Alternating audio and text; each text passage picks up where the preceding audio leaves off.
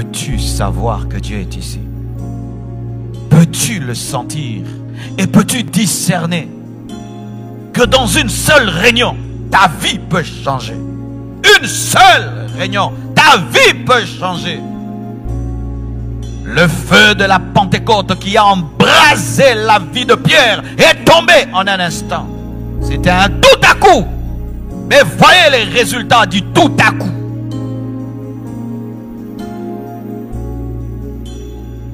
Voyez le résultat de ce tout à coup.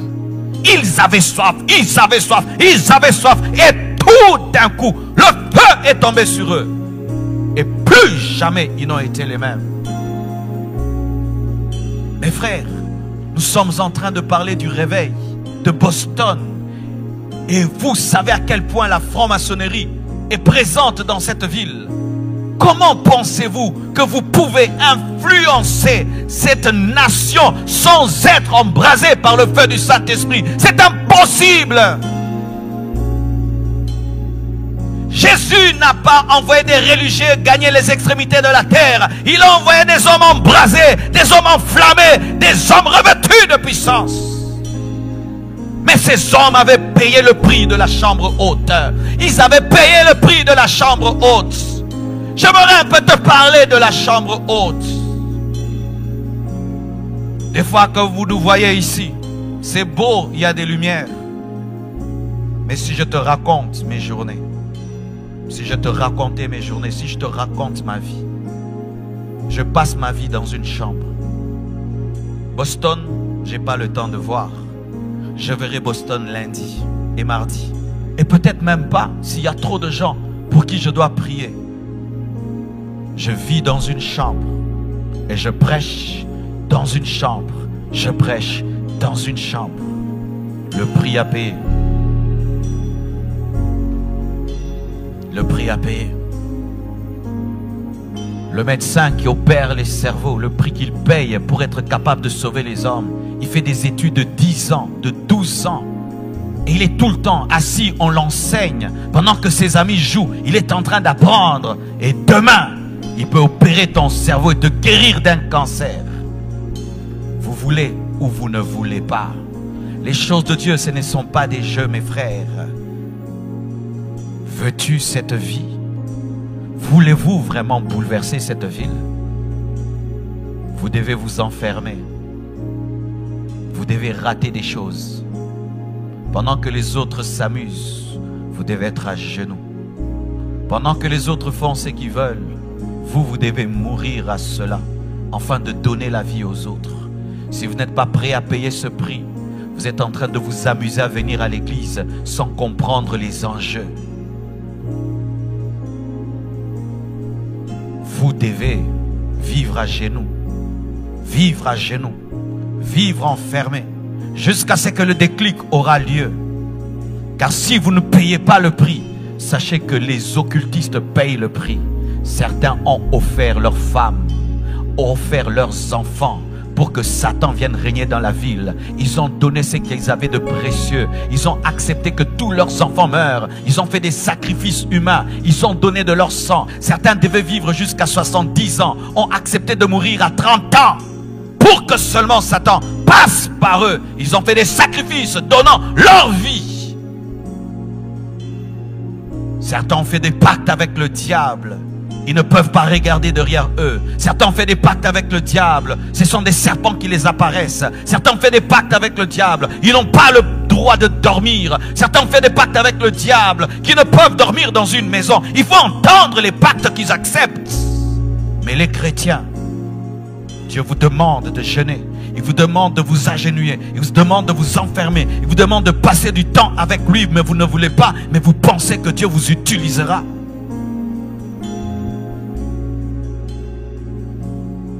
C'est pourquoi chaque fois que quelqu'un me dit « Je veux ton onction », je ne crois plus en cela. Tu ne peux pas avoir l'onction d'un homme de Dieu. Je vais t'aider à avoir ton onction. Parce que si tu dois avoir mon onction, tu dois avoir mon histoire.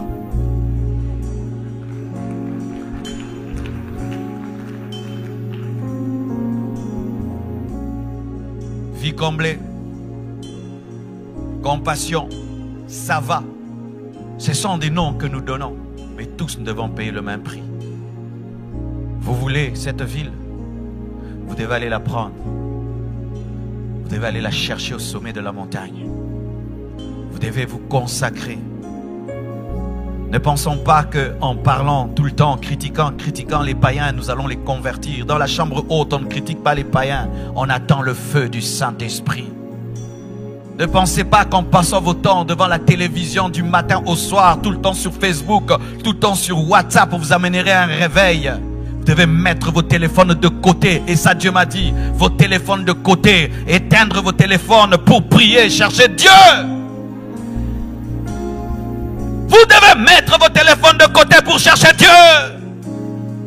Vous devez vous déconnecter pour chercher Dieu. Vous devez éteindre vos téléphones pour chercher Dieu. Vous devez pendant un temps oublier que la technologie existe pour chercher Dieu. Mais tant que vous serez tout le temps connecté, tout le temps disponible, vous serez indisponible à la voix de l'Esprit. Car lorsque Dieu voudra vous parler, vous serez en train de parler à quelqu'un. Voulez-vous ou vous ne voulez pas? Ce monde n'a pas encore vu ce que Dieu peut faire au travers d'un homme qui s'abandonne totalement à lui.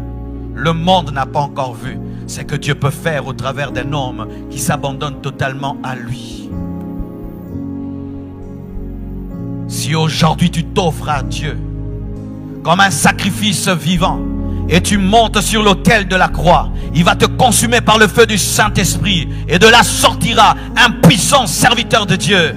Oh mes frères et sœurs, prenez au sérieux ce que je dis. Je suis venu dans des réunions comme ceci. J'étais un enfant et pendant que le prédicateur prêchait, il y avait des adultes dans la salle. Et l'Esprit de Dieu me disait, il te parle à toi. Je disais, moi, mais il y a tellement de gens plus intelligents, plus capables que tu peux utiliser. Dieu me disait, c'est à toi que je parle. Et si pendant que je parle, tu entends l'Esprit te dire que c'est toi, il s'agit de toi.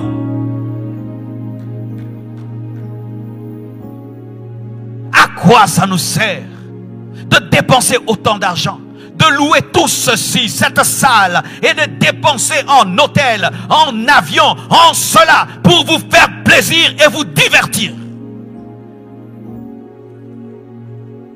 Et vous divertir.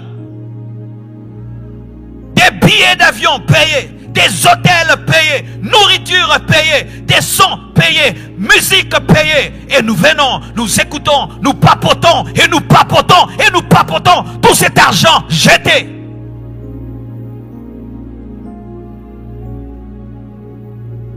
Si cette conférence n'engendre pas, ne fût-ce qu'un homme embrasé, nous avons échoué. Il fallait que je reste au Congo.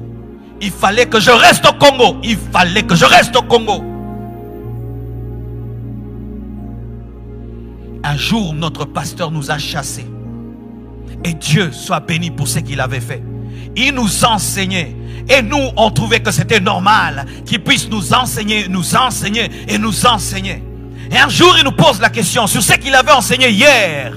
Et personne n'était capable de lui dire ce qu'il avait enseigné. Il nous a dit, levez-vous. Je perds mon temps. Rentrez chez vous. On pensait que c'était de la blague. Il nous avait chassés. Et nous sommes rentrés. Et on a dit, il a raison. Comment nous sommes incapables de nous rappeler ce qu'on nous a enseigné hier? Est-ce que vous vous rappelez ce que j'ai enseigné hier? Est-ce que vous vous rappelez ce que j'ai enseigné le premier jour? Est-ce que vous vous rappelez ce que le pasteur Samuel a enseigné? Ce que le pasteur Grégory a enseigné? Tous ces temps passés dans la prière. Est-ce que vous vous rappelez de cela? Et il nous a chassés. Et quand nous sommes rentrés, on a fait une réunion, on a dit, c'est vrai. Nous ne prenons pas au sérieux notre formation. Désormais, nous changeons.